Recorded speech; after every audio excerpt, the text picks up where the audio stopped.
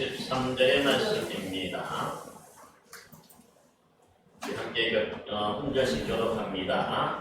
빌라델비아 교회의 사제에게 편지하라. 거룩하고 진실하사 다윗의 예수를 가지시니 곧 열면 받을 사람이 없고 닫으면 열 사람이 없는 그가 이르시되 문을 닫을 사람이 없으리라.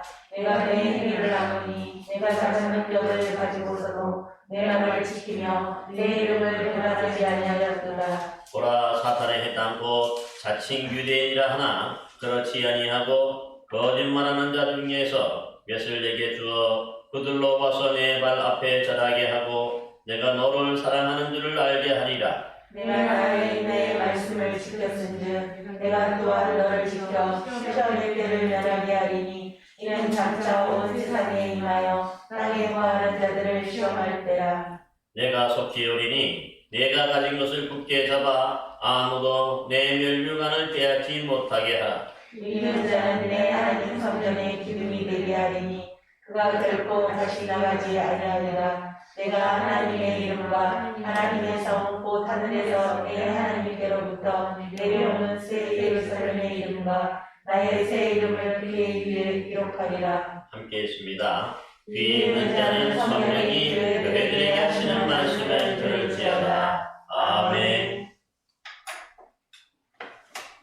예, 반갑습니다. 우리가 지금 요한이서서 보낸 이 소아시아 일곱 교회에 대한 그런 말씀을 통해서 함께 하나님의 은혜의 말씀을 나누고 있는데요. 이 먼저 우리가 살펴봤던 교회가 에베소 교회죠. 이 에베소 교회는 이 선행으로 수고와 인내와 있는 교회로 칭찬하셨지만은 또한 악한 자를 용납하지 않고 또한 자칭 사도라 하는 자들 시험하여서 거짓됨을 드러냈던 그런 교회라 칭찬받은 교회였습니다. 하지만 처음 사랑을 버렸으므로 회개하여서 그 첫사랑을 회복하라고 당부하셨습니다. 만약 이렇게 회개하지 않는다면 주님께서 그 촛대를 옮겨버리시겠다고 말씀하셨던 것입니다. 그러므로 이기는 자에게는 하나님 나번에 있는 그 생명나무 열매를 맺게 주어 먹게 하셨다, 그렇게 말씀하셨습니다. 우리가 두 번째로 살펴봤던 교회가 바로 이 또 서머나 교회인데, 이 서머나 교회는 사단의 해당으로 불려지는 그런 유대인의 해방과 박해로 인해서 환란과 이 궁핍을 당하였던 교회고, 특별히 이 서머나 교회는 책망이 하나도 없는 교회였습니다. 단지 또 주님이 그를 칭찬하였는데 가난하지만 실상은 부유한 교회다, 그렇게 말씀했고요. 그러므로 앞으로 장차 마귀가 몇 사람을 감옥에 던져서 그 시험을 받게 하는 교회이므로 고난을 두려워하지 말고 내가 죽도록 충성하라, 그리하면 생명의 멸류관을 내게 주리라, 그렇게 약속하셨던 교회이기도 합니다. 또 이 세 번째로 이 버가모 교회는 그 사탄의 권세가 있는 그 곳으로서 그 충성된 증인 안디바가 순교를 당할 때에 끝까지 믿음을 저버리지 않는 교회라, 또 그렇게 칭찬도 받은 교회입니다. 하지만 그들이 이 발람의 교훈을 따르는 니골로당이 그런 사람들이 있어서 책망도 받았습니다. 그러므로 회개하지 않으면은 주님의 검이 이 말씀으로 싸우시겠지만은, 그러나 이기는 자들에게는 감추었던 만나를 주시겠다고 또한 약속하시고, 또 새 이름이 기록된 흰돌, 즉 이 천국의 초대권을 주시겠다고도 말씀하셨던 것입니다. 우리가 네 번째로 살펴본 교회가 이 두아디라 교회인데, 이 두아디라 교회는 사랑과 인내와 믿음과 섬김과 인내가 처음 행위보다 낮은 행위가 더 많았다는 거죠. 가면 갈수록 이 모든 것들이 이렇게 더 잘 되고 더 증가하는 그런 교회에 있음을 볼 수가 있었습니다. 하지만 자칭 선지자라는 이세벨의 행위를 용납한 교회라고 그렇게 책망도 받았습니다. 그래서 지금 주님께서 이 두아디라 교회에게 그 회개할 수 있는 그런 회개 기회를 주었지만은, 그러나 그들이 회개하지 않으므로 질병의 침상과 큰 환란에 던지고 사망으로 그 자녀들을 죽이시겠다. 또 그렇게 말씀하셨던 것도 보게 됩니다. 그 다음에 다섯 번째, 지난 시간에 살펴봤던 교회가 뭐죠? 이 사대 교회인데, 이 사대 교회는 특별한 교회예요. 왜냐하면은 이 사대 교회를 향해서는 칭찬이 한마디도 없기 때문에 그렇습니다. 칭찬 대신에 책망만 있는 교회인데, 내가 살았다 하는 이름은 가졌으나 죽은 자다. 그렇게 영적 진단을 내린 죽은 교회인 것을 보게 됩니다. 하지만 그들 가운데에서는요, 그래도 그 옷을 더럽히지 않는 몇몇은 남아있었다고 말씀하고 있습니다. 그러기에 이제 주님은 이러한 사대 교회를 향해서 내가 어떻게 받았으며 어떻게 들었는지를 생각하고 쉽게 회개하라 말씀하시면서 이기는 자들에게는 흰옷을 줄 것이고 그 이름을 생명책에서 지우지 않겠다고 분명히 이렇게 또 약속하셨던 것입니다. 이제 오늘은 이제 여섯 번째 교회인데, 우리 여섯 번째 교회가 뭐냐면은 이 빌라델비아 교회예요.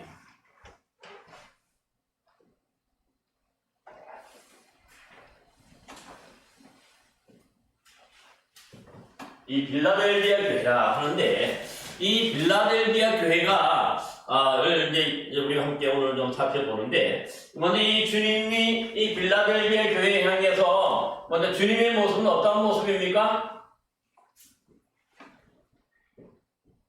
실제로 뭐라고 말합니까? 진실하고, 예?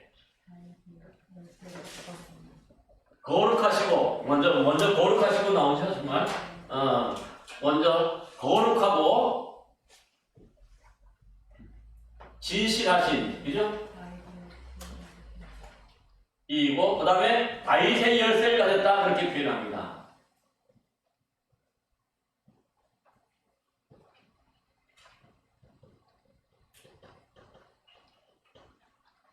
이 세 가지로 예수님을 표현합니다. 근데 여기 먼저 보면 예수님을 뭐냐면 거룩합니다 그렇게 표현하는데, 이 거룩하다는 표현이 구약적인 표현이죠. 구약의 레위기가 주로 거룩의 책인데, 여러분 구약에서 우리가 이 거룩을 할 때 어떤 것이 거룩입니까? 거룩은 바로 이 구별되고 구분된 것, 뭔가 그런 것이 바로 거룩이에요. 그래서 하나님이 거룩하시다 할 때에 우리는 뭡니까? 이 피조물들, 세상에 있는 모든 피조물은 썩어짐의 종로로 타는데 관해서 만들어진 자죠. 그런데 하나님은 어때요? 만들어지지 않고 영원전부터 영원까지 계시는 분이에요. 그리고 죄가 하나도 없으시고 흠이 하나도 없으시고, 그래서 더러움이 하나도 없는 분. 그러니까 이 하나님은 우리가 분명히 어떻게 돼요? 구분이 되고 차별이 되는 거죠. 그래서 우리가 하나님을 부를 때 항상 뭐라고 부릅니까? 거룩하신 하나님이다. 우리가 그렇게 부르게 되는 거죠. 그런데 오늘 본문에 보면 이 거룩하다고 할 때는 특별한 의미가 있었어요. 왜냐하면은 이 거룩하다는 의미를 구약으로는 주로 하나님을 가리켜서 또 하나님의 성전을 가리켜서 거룩하다 그렇게 표현을 했는데, 이 당시에는요, 이 황제 숭배를 이제 강요받던 그런 시대여서 로마 황제가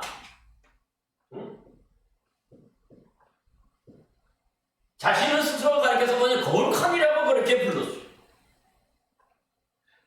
아까도 말씀한 거룩한 분은 어느 분밖에 없습니까?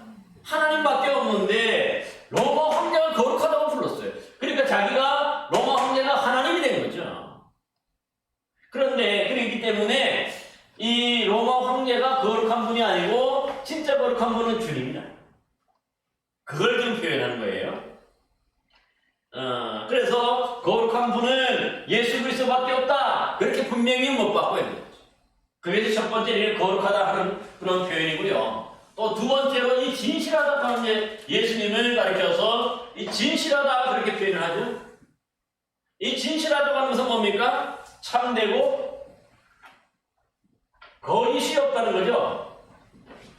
거짓이 없는, 참되고 거짓이 없는 것을 말하는데, 이게 무슨 뜻일까요? 그 밑에 보면은요, 한번 한번 보세요. 그 몇 절입니까? 9절에도 보면 이렇게 말합니다. 보라 사탄에 해당 곧 자칭 유대인이라나 그렇지 아니하고 거짓말하는 자들 중에서 그렇게 말해요. 근데 이 당시에 이제 로마 황제가 어떤 일을 했냐면은 이 빌라델비아 지역이 주로 포도산지예요. 이 포도산지인데 포도 농사를 짓지 못하게 하고 대신에 곡물 농사를 짓게 만든 거죠. 그런데 나중에 알고 보니까 뭐냐면 이렇게 포도 농사를 짓지 못하게 하고 곡물 농사를 짓게 하는 이유가 있었어요. 그게 뭐냐면은 로마 군대의 군량미를 조달하기 위해서.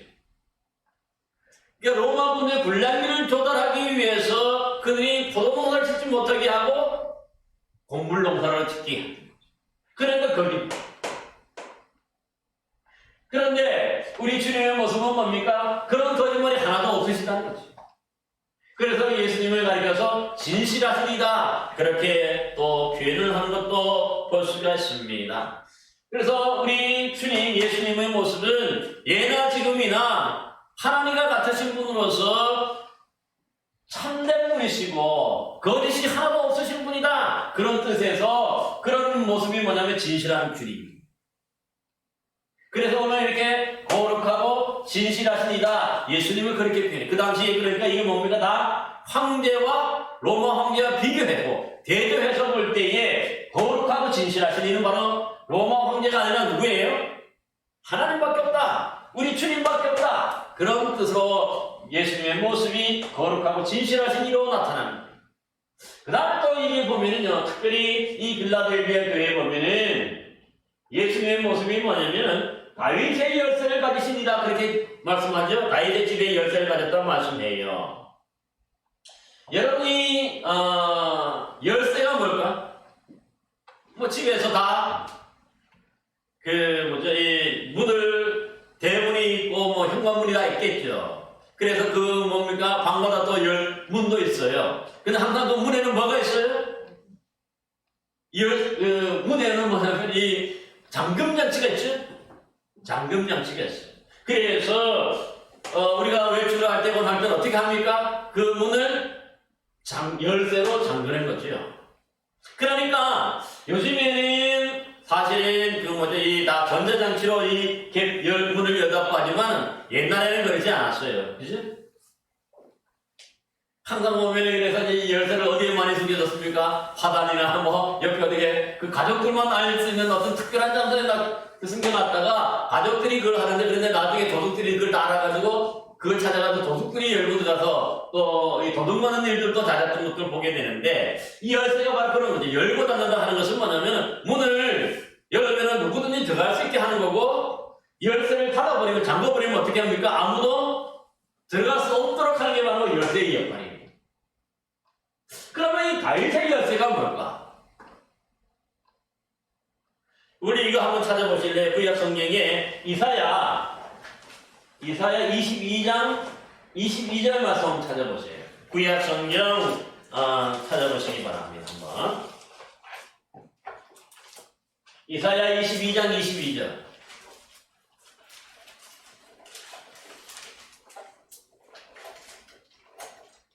찾으셨으면 한번 같이 한번 읽어봅시다. 시작. 내가 또 다윗의 집의 열쇠를 그의 어깨에 두리니 그가 열면 닫을 자가 없겠고 닫으면 열 자가 없으리라. 그쵸? 그렇게 말씀하죠. 그리고 오늘 본문 말씀과 비슷하죠? 그러니까 오늘 본문 말씀이 뭐냐면 이 이사야 22장 22절 말씀을 인용하는 거예요. 이 이사야서의 말씀이 어떤 말씀이냐 하면은 이 이사야가 시대에 다윗왕이 뭐냐면 국고와 왕궁을 지었죠. 성전은 그 아들 솔로몬이 지었지만은 왕궁이나 이 모든 것들은 뭐냐면 대개 보면은 이 다윗이 지었어요. 오케이? 다윗이 지었으므로 이 다윗의 국간이 왕궁과 그 모든 것들에 드러날 수 있는 그 열쇠를 원래는 누가 가지고 있었냐면은 이 셈나라 하는 그런 사람이 가지고 있었는데 이사야가 예언하기를 그 셈나가 그 관정에서 열쇠를 가지고 있으니까 문지기겠죠? 열쇠를 가진 그런 셈나를 내쫓고 이제 hil기야의 아들, 서기관 hil기야의 아들, 그 제사장 hil기야의 아들 이 엘리야김을 이 뭡니까? 엘리야김에게 이 열쇠를 맡겨서 그로 하여금 이제 새로 맡기니까 어떻게 되겠어요?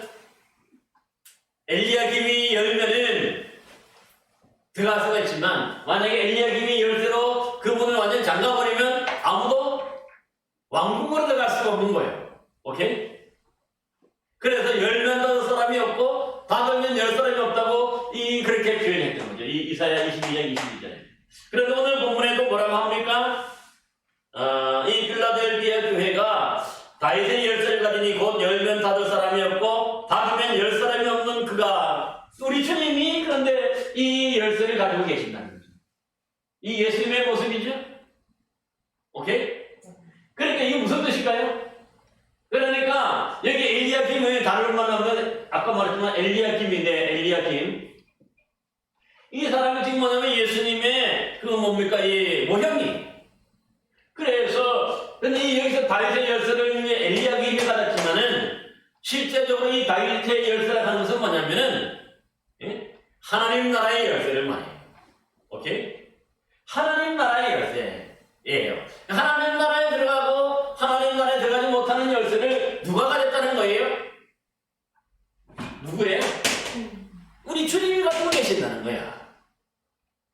사람이 가지고 있는 게 아니에요. 그러니까 이 다윗의 열쇠, 그러니까 왕궁으로 들어가는 나라, 하나님 나라 왕궁으로 들어가는 열쇠를 이제는 뭡니까? 주님이 가지고 계신다는 그런 뜻이에요. 그래서 우리 주님이 이 천국문을 열면은 우리는 들어갈 수가 있지만 그러나 주님이 천국문을 닫아버리면 어떻게 되는 겁니까? 아무도 들어가지 못한다. 그러니까는 이 주님이 뭐냐면 이 예수님만 이 열쇠를 가지고 있다. 하나님이 하나님 나라의 그 모든 열쇠를 누구에게 모든 것을 뭐냐면 우리 주님에게 맡긴 거죠. 예수님에게 맡긴. 그래서 오늘 본문에 보면은 예수님을 다윗의 열쇠를 가진 이라 그렇게 표현하는데 하나님 나라의 열쇠를 가진 이가 바로 우리 주님이다. 그 뜻입니다. 이것도 당시에 보면은 그 이유가 있었는데 그 이유가 뭐냐면 사실 오늘 본문에도 나오지만은 이 빌라델피아 교회가 원래는 그 빌라델피아 지역에 있는 한 교회예요.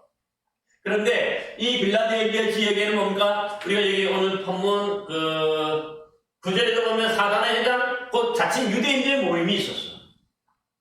유대인들이 모이는 회당이 있었는데 그 사단의 회당이라고 해요. 왜냐하면 사단의 짓을 했기 때문에 사단의 회당이라 하는 거죠. 그래서 이들이 이 빌라델피아 지역에 있는 이 회당의 사람들이 그들의 문을 닫아버렸어요. 회당 문을 닫아가지고 뭐예요? 기독교인들을 완전히 내쫓고 들어오지 못하게 했던 거죠. 오케이? 그러니까 이 유대인들이 기독교인들을 다 예수 믿는다고 하는 이유로 이 유대인들이지만 다 거기 들어오지 못하게 문을 닫아버려요. 기독교인들에 대해서. 사실 우리가 성경을 보면 사도행전 쭉 보면 사도 바울이 주로 복음을 어디에 전하냐면요 유대인의 회당을 중심으로 전했어요. 오케이? 초창기의 대부분이 그래서 이 유대인의 회당에서 주의 복음을 전했거든요. 그런데 어느 정도 시간이 지났을 때에 이 유대인들의 그 빌라델피아 교회 지역에 있는 이 유대인 회당 특별히 이 기독교인들이 들어오지 못하도록 예수 믿는 사람들이 들어오지 못하도록 그냥 문을 닫아버리고 그냥 내쫓아버리는 거예요. 기독교인들을. 그런 뜻이에요. 그러니까 이 내쫓김을 당한 이 빌라델피아 교회 이 사람들이 한편으로 유대인들은 어떨까요? 마음이 상처를 입는 거죠. 그럴 때에 우리 주님이 지금 하시는 말씀이 뭐예요? 비록 너희들이 이 빌라델피아 교회, 빌라델피아 유대인의 회당에는 들어가지 못하지만 쫓겨났지만 그러나 하나님 나라의 문은 누가 가지고 계신 거예요? 우리 주님이 가지고 계셔. 하나님 나라는. 그러니까 너희들 걱정하지 말라는 거죠. 너희는 이 땅에서 유대인의 회당에서 쫓겨날지라도 천국문은 주님이 그 열쇠를 가지고 있기 때문에 우리 주님이 열면은 우리 모두가 들어갈 수가 있지만 반대로 주님이 닫으면 하나님 나라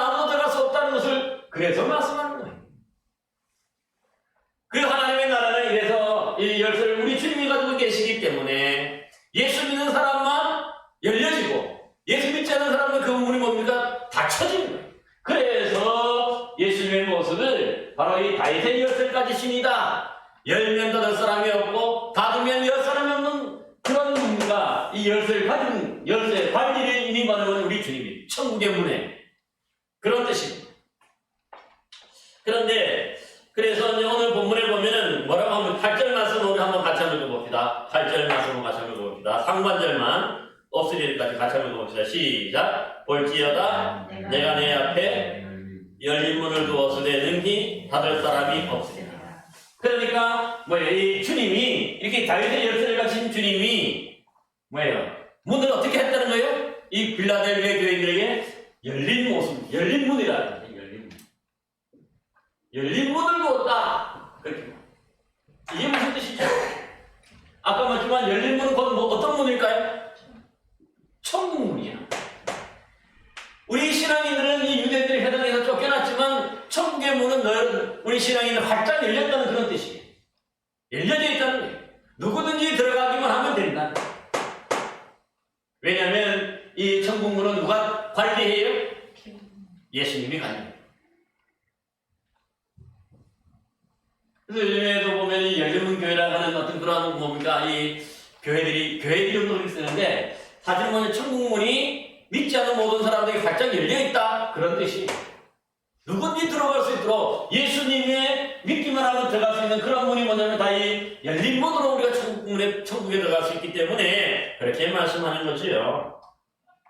그러니까 이제 예수님이 열쇠를 관리하기 때문에 천국은 열렸는데 예수님이 관리하기 때문에 결코 우리 신앙인들에게 닫히는 법이 없고 믿지 않는 사람들에게 닫힌다. 유대인들에게만 닫힌다. 우리 모두에게 열려있다. 그렇게 표현하는 것을 보게 됩니다. 그래서 이 열린 문을 들어가면 어떻게 될까요? 모두가 다 구원이 보장이 되죠. 영생이 보장이 됩니다. 이 문에 들어가기만 하면 누구나 그만큼 확실한 구원을 얻게 된다는 것을 바로 열린 문이라고 해요.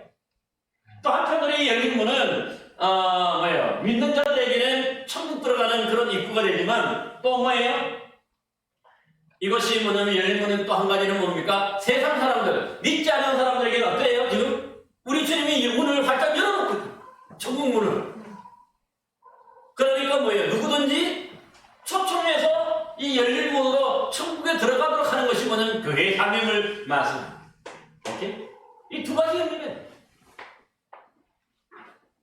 우리도 들어가야 되지만 이미 천국문에 우리 들어가는 우리들은 어떻게 됩니까? 그 문으로 열린 문으로 믿지 않는 자들 초청해서 그들이 예수 믿고 구원받도록 우리가 초청해야 된다 하는 그런 의미입니다.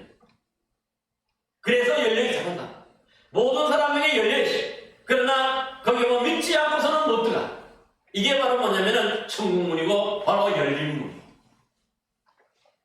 항상 그래서 이 모든 사람에게 열려있지만 이 열린 문이라 해서 아무나 들어갈 수 있는 건 아니고 바로 뭐예요?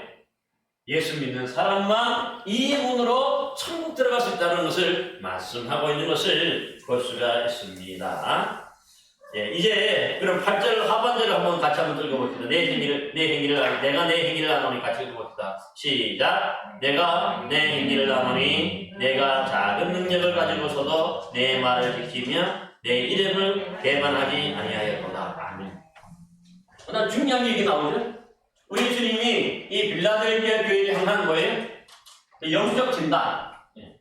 두 번째로 우리 주님의 영적 진단은 뭐예요? 작은 능력을 가지고도 작은 능력으로 가지고 있으면서도 뭘 했다는 거예요? 말씀을 지키고 또 배반하지 않아. 여기서 그 가장 핵심이 단어가 뭘까요? 이 빌라델비아의 가장 핵심의 단어는 뭐냐면 작은 능력을 가진 거예요. 그러면 이 작은 능력을 할 때에 이 작은이라고 하는 건 아주 포커스예요. 이 작은. 이 작은이라는 말이 어떤 뜻일까요? 원래 그 원어적인 의미를 보니까 아주 이 뭡니까 미미하고 또 보잘것없는 것, 희미하고 정말 있는지 없는지도 잘 모르는 것. 그 정도가 뭐예요? 작다는 표현이었어요. 여러분 우리가 겨자씨라고 얘기하죠? 제가 좋아하는 말이에요. 이 겨자씨라는 말을 쓰는데 이 겨자씨가 여러분 눈에 잘 안 보여요. 사람이 맨눈으로 보기 힘들 정도 아시잖아요. 그래서 세상에서 가장 작은 씨라고 표현했죠. 근데 이 겨자씨가 그만큼 되고, 그렇게 하는데, 이 겨자씨가 나중에 어떻게 돼요? 거기에 뭐가 있어, 이 겨자씨에? 생명이 들어있잖아. 생명이 들어있으니까 이 겨자씨가 자라면 뭐가 돼요? 나무가 되어서 새들이 깃들일 정도로. 새들이 그 앉을 수 있다는 거죠. 그 정도에 보여지는 것이 되는 것을 볼 수가 있어요. 그러니까 처음에는 이 눈에 보이지 않는 아주 작고 있는지도 없는지도 몰라. 그런데도 거기에 뭡니까? 생명이 있으니까 나중에 이렇게 새들이 깃들 정도의 나무가 되는 것을 보게 돼요. 마찬가지로 이 작은 능력이라는 것이요. 사실 이 빌라델비아 교회가 어떻게 보면은 이 작은 능력이라는 것은 뭐냐면 아주 보잘것없는 신앙. 그들이 신앙을 면면을 보니까 정말 아주 보잘것없어. 이들이 과연 믿음이 있는 건지, 이들이 과연 믿음이 없는 건지, 자, 구분이 안 될 정도. 그런 능력을 가진 거예요. 어떻게 보면 그러니까 뭐예요? 겉으로 볼 때는 이 빌라델비아 교회가 믿음도 없는 교회와 마찬가지인 거죠.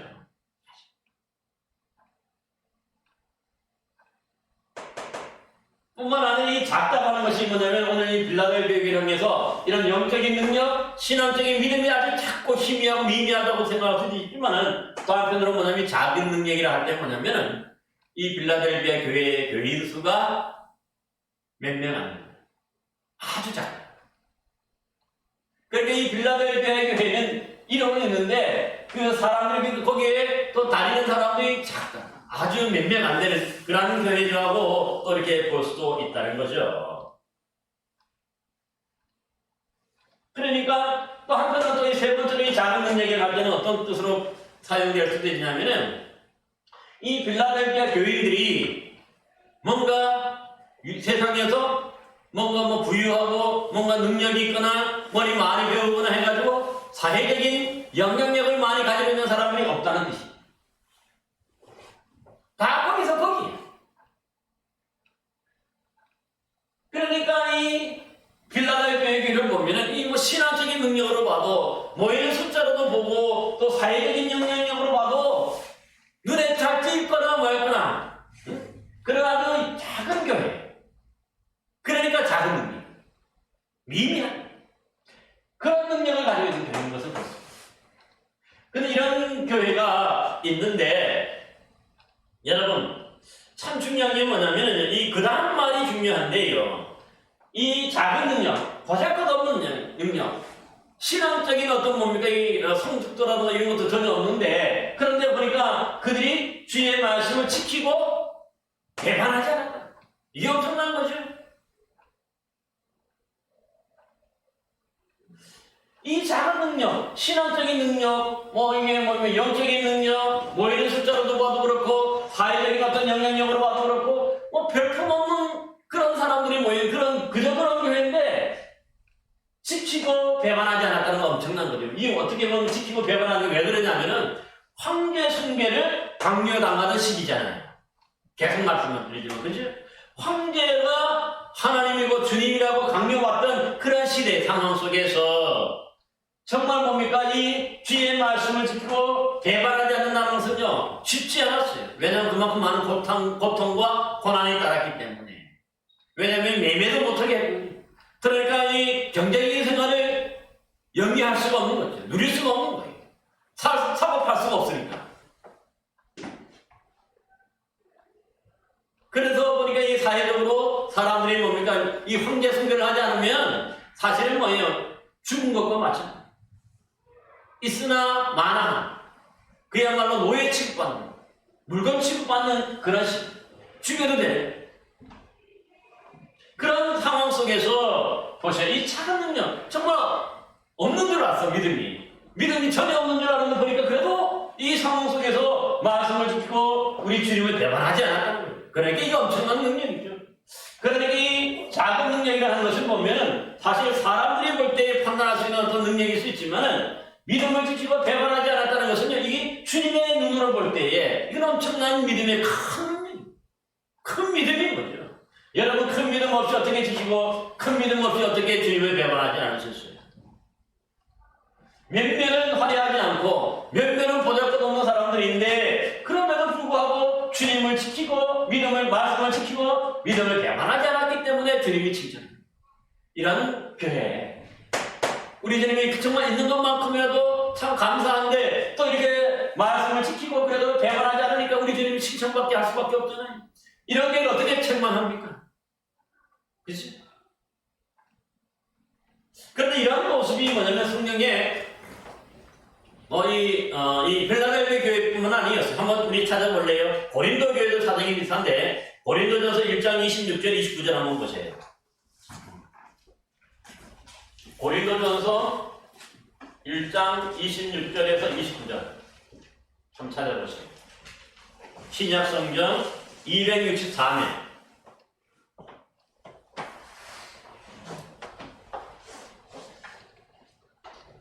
우리 찾으셔서 한번 같이 한번 읽어보시기 바랍니다. 시작.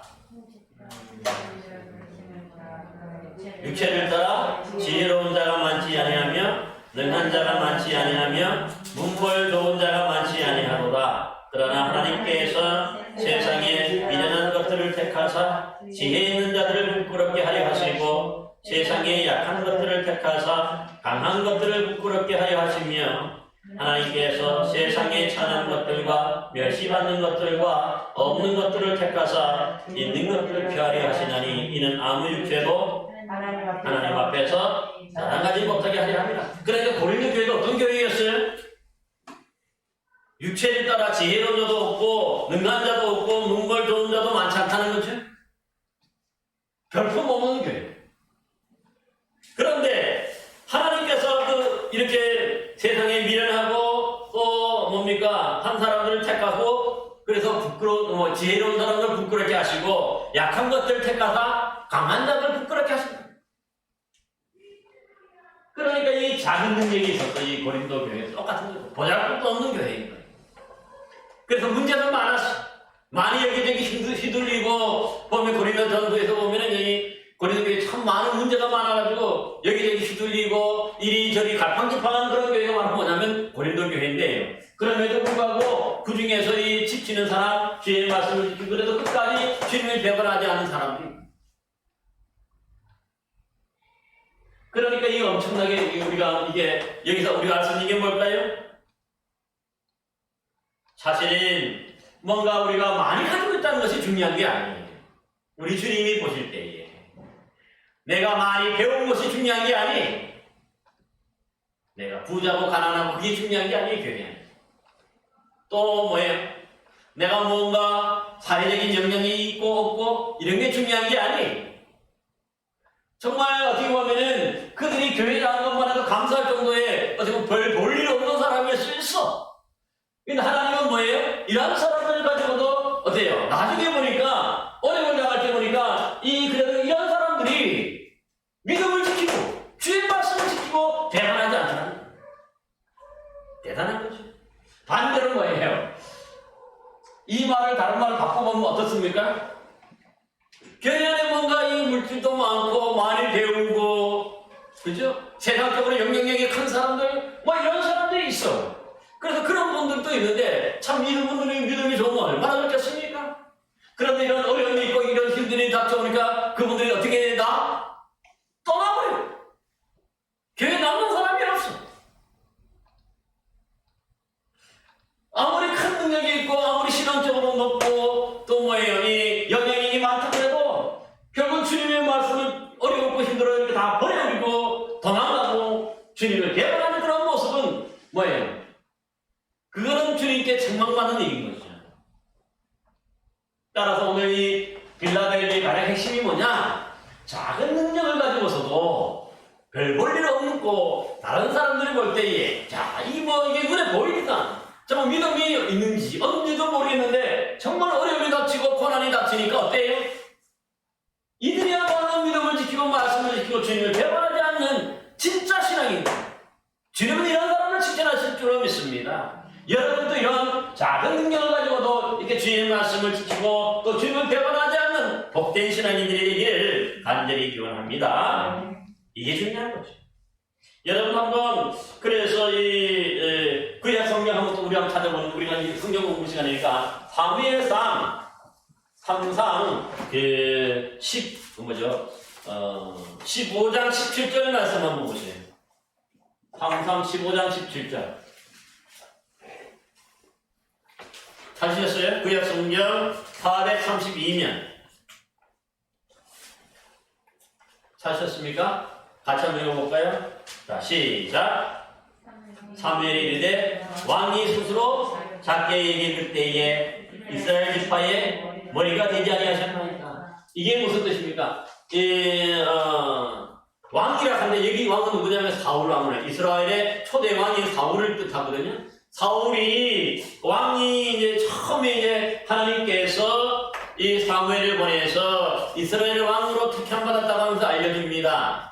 그럴 때 그 9장에 그런 말씀이 나오는데 그럴 때 이 사울이 어떻게 이 사무엘에게 얘기하냐면 9장에 보면은요. 나는 이스라엘 가장 작은 지파 베냐민 사람이 아니니까 가장 작은 지파 베냐민 사람이라는 거예요. 또 두 번째로 또 뭐라면은 나의 가족은 베냐민 지파 모든 가족 중에서도 가장 미약하지 아니하니까. 그러니까 세상에서 가장 작은 자라고 얘기했어요. 베냐민 지파가 12지파 중에 제일 작다는 거죠.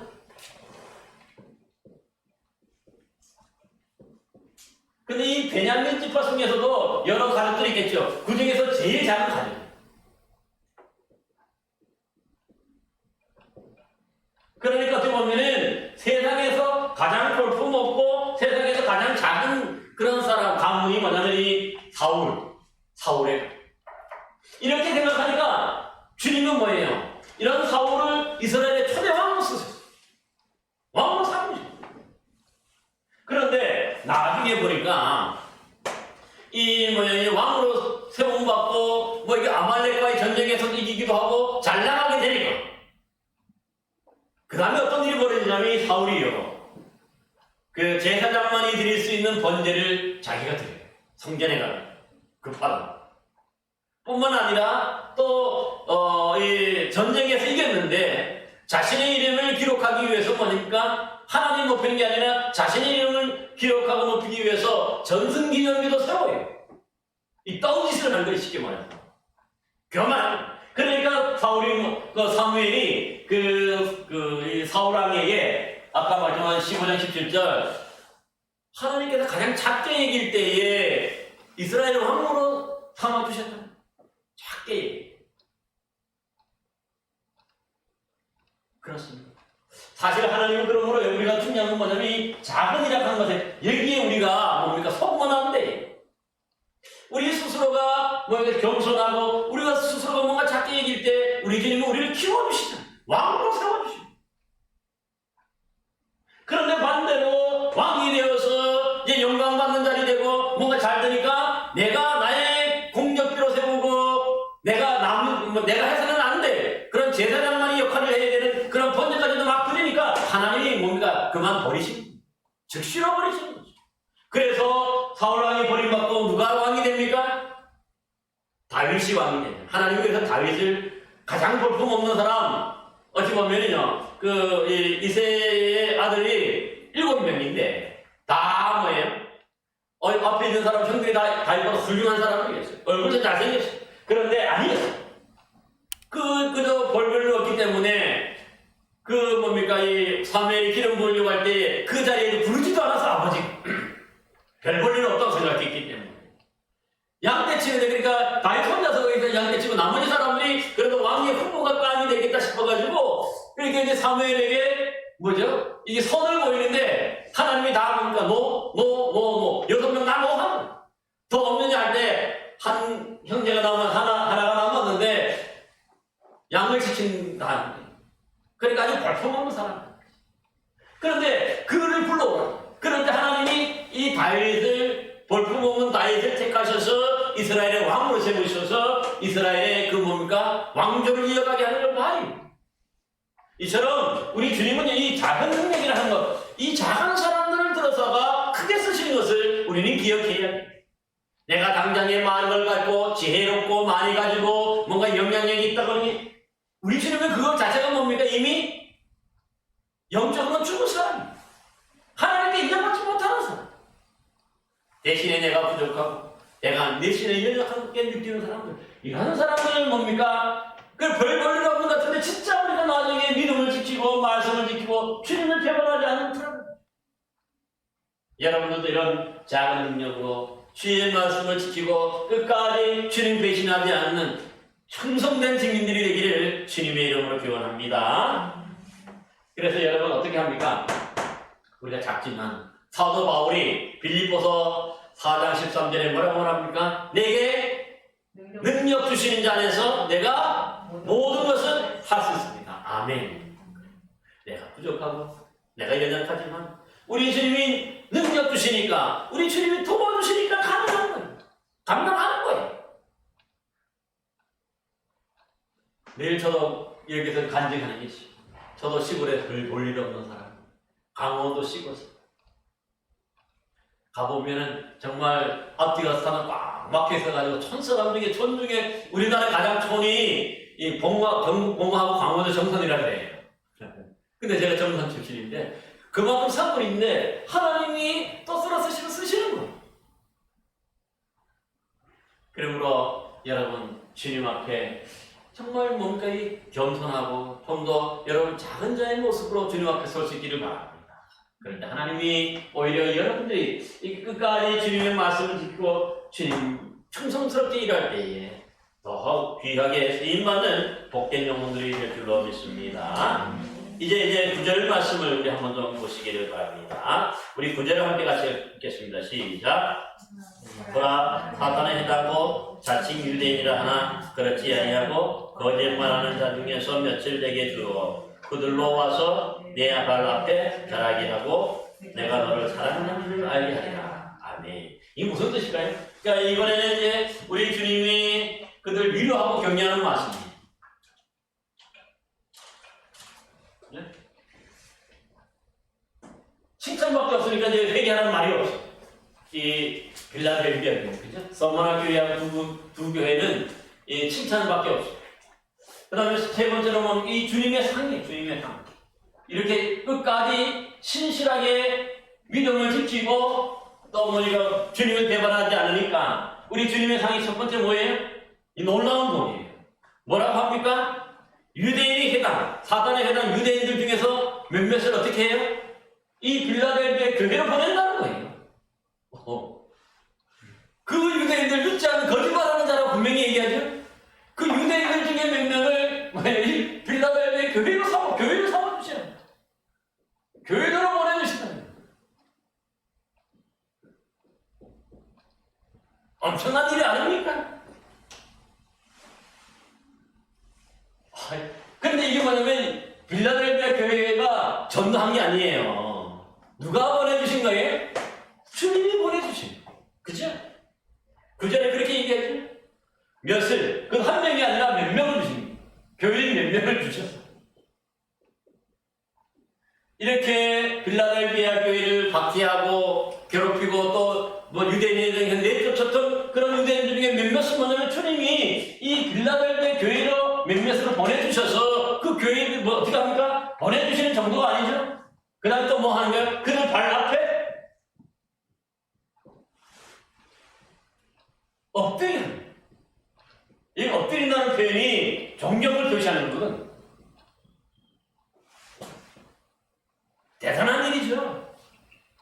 유대인들이 함부로 무릎 꿇지 않아요. 남에게 가가지고. 그런데 그동안에 이제 박해했던 그 유대인들 중에 몇 명이 이제 뭐 우리 주님께서 보내주시니까 이 빌라델비아 교회로 들어가서 그들의 발 앞에 엎드려. 대단한 거예요. 그들에게 존경을 표시합니다. 이게 주님의 능력이 아니면 어떻게 가능합니까? 우리 주님이 이렇게 보내주시고 그들을 뭡니까? 이게 역사하니까 이들이 유대인들이 유대인의 몇몇이 변화받고 뭡니까? 이 빌라델비아 교회에 가서 같이 신앙생활을 하게 되는 것을 볼 수가 있습니다. 이게 하나님의 복이잖아요. 그게 엄청난 복이죠. 우리 교회는 이런 복을 좀 누렸으면 좋겠어요. 정말 그래서 우리 교회는 이렇게 한 분들이 막 이단으로 갔다가 오는 분들도 있잖아. 그죠? 우리 교회는 작지만 그러니까 작은 것에 속으면 안 돼. 그래도 하나님 말씀대로 사용하니까 우리 교회 그래서 그런 이단에 갔다 사람을 또 보내주시고 또 이게 연약한 사람을 또 걸어다니면서 보내주시는 거예요. 우리 교회 이런 능력이 있는 교회 되기를 주님의 이름으로 기원합니다. 또 두 번째로 보면 또 있어요. 주님이 10절 말씀을 우리 같이 한번 봅시다. 두 번째 상이 뭘까? 한번 같이 한번 읽어봅시다. 시작. 내가 나의 내 말씀을 지켰은즉 내가 또한 너를 지켜 시험의 때를 면하게 하리니 이는 장차 온 세상에 임하여 세상에 땅에 가는 자들 시험할 때라. 그렇게 말하죠. 이게 뭡니까? 두 번째 복이 뭐예요? 10절에 뭐라고 말합니까? 다른 말 한다면은 시험의 인내를 지켰으니까 뭐를 면하게 해줘요? 시험의 때를 면하게 한다. 면하게 한다는 것은 뭐죠?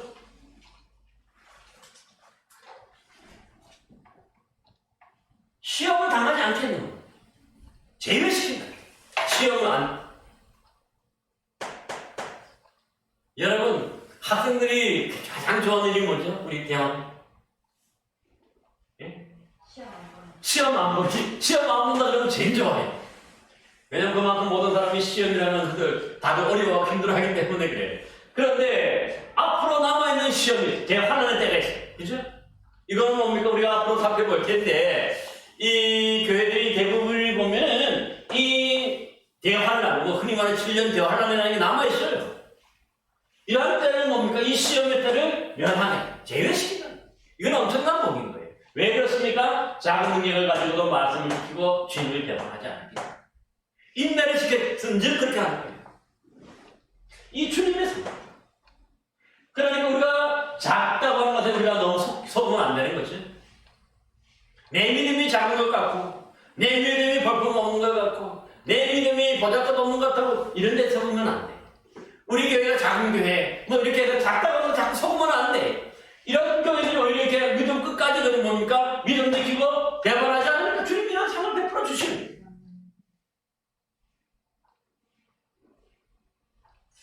참 대단한 말씀인 것을 볼 수가 있어요. 여러분, 그래서 이러한 시험의 때를 면하게 한다는 것 자체가 마치 그 옛날 6월절 날 출애굽할 때에 마지막에 그들이 어떤 재앙이 임합니까? 10번째 재앙이 뭐였죠? 장자의 모든 처음 난 것들이 죽음을 당하는 그런 재앙이었죠. 그럴 때 그들이 유대인들은 어떻게 했습니까? 그 재앙을 어떻게 넘어갔습니까? 어린 양을 잡아서 그 어린 양의 피를 문설주와 그죠? 임방에 바르. 그럴 때 그 저주가 그 재앙이 어떻게 합니까? 그 피를 보고 그 집에 임하지 않고 넘어가는 거예요. 그래서 이스라엘 사람들만 이 시험의 때를 면하는 거죠. 재앙을 면하게 되는 거죠. 맞습니다. 이렇게 작은 능력을 갖고 있지만 끝까지 말씀을 지키고 배반하지 않으니까 인내하니까 이러한 시험의 때도 뭡니까? 주님은 제외시켜 주시고 넘어가게 면하게 해주시는 그런 복을 주신다. 그 말씀인 것을 볼 수가 있습니다. 또 세 번째 있어요. 세 번째 11절 말씀을 우리 같이 한번 읽어봅시다. 11절 다같이 시작. 내가 속히 여리니 내가 가진 것을 굳게 잡아 아무도 내 멸류관을 빼앗지 못하게 하라. 세 번째 주는 상이 원래 뭐예요? 멸류관이에요. 멸류관이라고 하는 것 자체가 뭐냐면 빛난다는 거예요. 가장 영광스러운 것입니다. 운동 경기에서도 보면은 마지막 1등한 사람에게 뭘 씌워줘요? 월계관을 씌워주거든요. 그걸 통해서 뭡니까? 빛나게 해가지고 화려하게. 하나님 나라에서 멸류관을 쓴다는 뜻이 뭡니까? 그만큼 하나님 나라에서 빛나게 해주신다 하는 그런 뜻이에요. 영광스럽게 된다. 그런데 어떻게 해야 되는 거예요? 이 멸류관을 빼앗기지 않도록 조심하라. 그죠?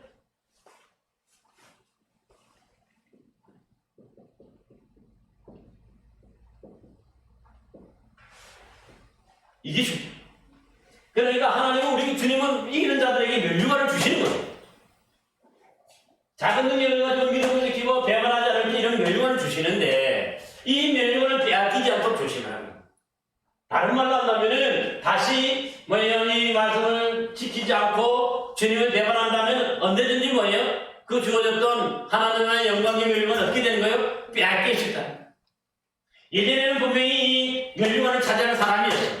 그런데 어느 순간에 보니까 이 말씀도 지키지 않고 주님을 배반하니까 주님의 나라에 가면 그 원래 있던 멸류관을 빼앗을 수 있어. 그러기 앞에서 뭡니까? 내가 가진 것을 굳게 잡아. 이렇게 얘기죠. 아무도 그 멸류관을 빼앗지 못하게 하는. 끝까지 굳게 잡아야 이 멸류관도 차지할 수 있다고 그렇게 말씀합니다. 여러분 모두도 끝까지 이 믿음을 굳게 잡아서 이 멸류관을 지킬 수 있는 여러분 되시기를 바랍니다. 이제 마지막으로 이제 있어요. 이기는 자에게 주는 상이 있어요.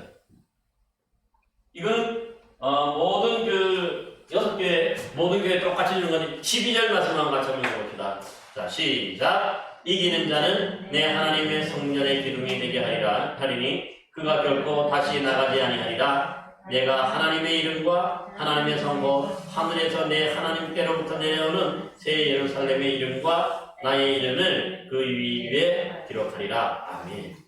이기는 자, 이 믿음으로 이 모든 것을 지켜 이기는 자에게 또 뭘 주세요? 예? 아니 거기 봐봐. 12절에 뭐라고 합니까? 하나님의 성전 기둥.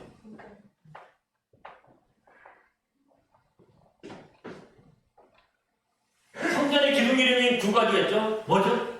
솔로몬 성전의 기둥 이름 뭐죠? 야긴과 보아스. 원래 그래서 보면 어떤 교회들 보면 이게 앞에 보면 기둥들이 있어, 두 개가. 그게 뭐냐면 원래 이 솔로몬 성전에 두 기둥을 와요. 야긴과 보아스. 상징적으로. 그런데 사실은요, 우리가 이제 나중에 보면 알지만은 이 하나님 나라 가면 성전이 없어. 눈에 보이는 건물로서 성전이 없어요. 21장에 가면. 왜냐하면 하나님과 어린 양이 성전이시기 때문에, 자체이기 때문에 이런 기둥이 있거나 물질로 이루어진 성전 자체가 필요 없는 거죠. 그런데도 불구하고 성전 기둥이 되게 해주시겠다는 것은 뭐냐면 하나님 나라의 중요한, 무너지지 않는 가장 튼튼한 그런 뭡니까?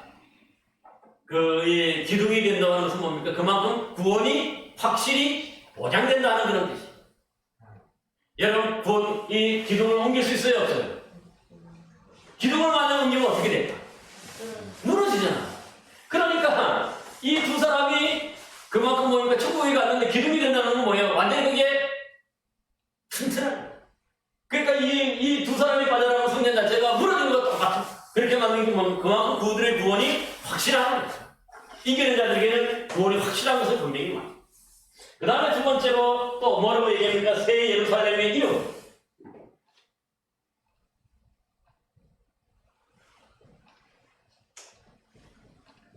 이름을 거기에 새긴다고 얘기하죠? 오케이? 새 예루살렘의 이름과 나의 이름을 그 위에 기록하리라. 이게 이제 이것도 21장에 가면 새 하늘과 새 땅, 새 예루살렘 성전이 하늘로부터 내려와요. 신부가 단장하는 것처럼. 이게 뭐냐면은 이 새 예루살렘이라고 하는 것 자체, 새 예루살렘 성 자체가 거기 보면 보이는 건물이 아니에요. 거기 보면 신부라고 표현했어요. 예수님의 신부라고 표현했어요. 예수님의 신부가 누굽니까? 예수님의 신부가 누구예요? 우리들이잖아요. 믿음의 사람들. 이 땅에서. 믿음의 사람들이 새 예루살렘이에요. 그 신부라고 얘기해요. 21장에. 그러니까 이기는 자는 이게 뭡니까? 확실한 돈을 받고 또 새 예루살렘, 하나님 나라의 백성으로 온전히 삼아주신다는 그런 뜻이죠. 그래서 예루살렘이 뭐냐면 그게 살아가는 거예요. 하나님 나라에 살아가는 거야. 이라는 은혜를 받게 돼요. 그래서 오늘 우리가 빌라델비아 교회를 살펴보는데 가장 중요한 것은 뭐냐? 이게 보면 영적 진단이 작은 능력을 가지고서도 말씀을 지키고 주님을 배반하지 않았다는 것이 어떻게 보면 이 빌라델비아 교회의 가장 큰 특징입니다. 이렇게 작은 능력을 가지고서도 주의 말씀을 지키고 주님을 배반하지 않으니까 아까도 말씀드렸지만 뭐예요? 유대인들 중에서도 몇몇을 보내서 발 앞에 무릎 꿇고 존경하게 하는 거고, 또 시험의 때를 완전히 면하게 해주시고 멸류관도 뭡니까? 주십니다. 그래서 이 멸류관을 빼앗기지 않도록 해야 됩니다. 그러니까 이거는 완전한 멸류관은 아니에요. 영원한 멸류관은 아니에요. 임시적인 거예요. 언제든지 빼앗길 수 있기 때문에. 그렇지만 이제 끝까지 이기는 자들에게 또 뭐예요? 성전 기둥이 되게 하고 새 예루살렘의 그 이름을 새겨서 거기에 살 수 있는 그런 시민권, 거주하도록 해주신다는 이런 복을 허락해 주신 거죠. 저와 여러분 모두도 이 빌라델비아 교회처럼 이런 작은 능력을 가지고 저도 주의 말씀을 지키고 끝까지 주님을 배신하지 않고 충성스러운 복된 주님의 일꾼들 되셔서 이런 빌라델비아 교회에게 약속해줬던 그 약속들, 그 상이 여러분들에게도 주어지고 받아 누리는 복된 성도들 되시기를 바랍니다. 기도하겠습니다. 은혜와 사랑이 풍성하시고 자비하신 아버지 하나님, 오늘도 부족한 저희들 귀한 믿음의 자녀 삼아주시고 특별히 이 빌라델비아 교회처럼 작은 능력을 가지고서도 주님의 말씀을 지키며 주님을 배신하지 않는 이런 충성된 교회가 될 때에 우리 주님께서 이렇게 귀한 것으로 치우신 것을 기억하면서 이 자리에 모인 우리 모두도 내 믿음이 작고 내 영향력이 작다 해서 우리가 주눅 들거나 위축되지 않게 해주시고 오히려 아버지 하나님께서 칭찬하시고 아버지 하나님께서 상 주시는 귀한 영혼들임을 기억하며 우리가 아버지 하나님의 저 천국 강가에서 날마다 한 걸음 한 걸음 더 가까이 나아가는 영혼들 되게 하여 주시옵소서. 어떤 환난이나 어떤 고난 속에서도 이렇게 작은 능력을 가지고서도 주의 말씀을 늘 지키며 끝까지 아버지 하나님 정말 순종하는 복된 충성스러운 주의 백성들 되므로 주의 영광으로 충만하게 채워져서 하나님 나라에 나달되는 복을 누리도록 역사하옵소서. 예수 그리스도의 이름으로 기도하옵나이다.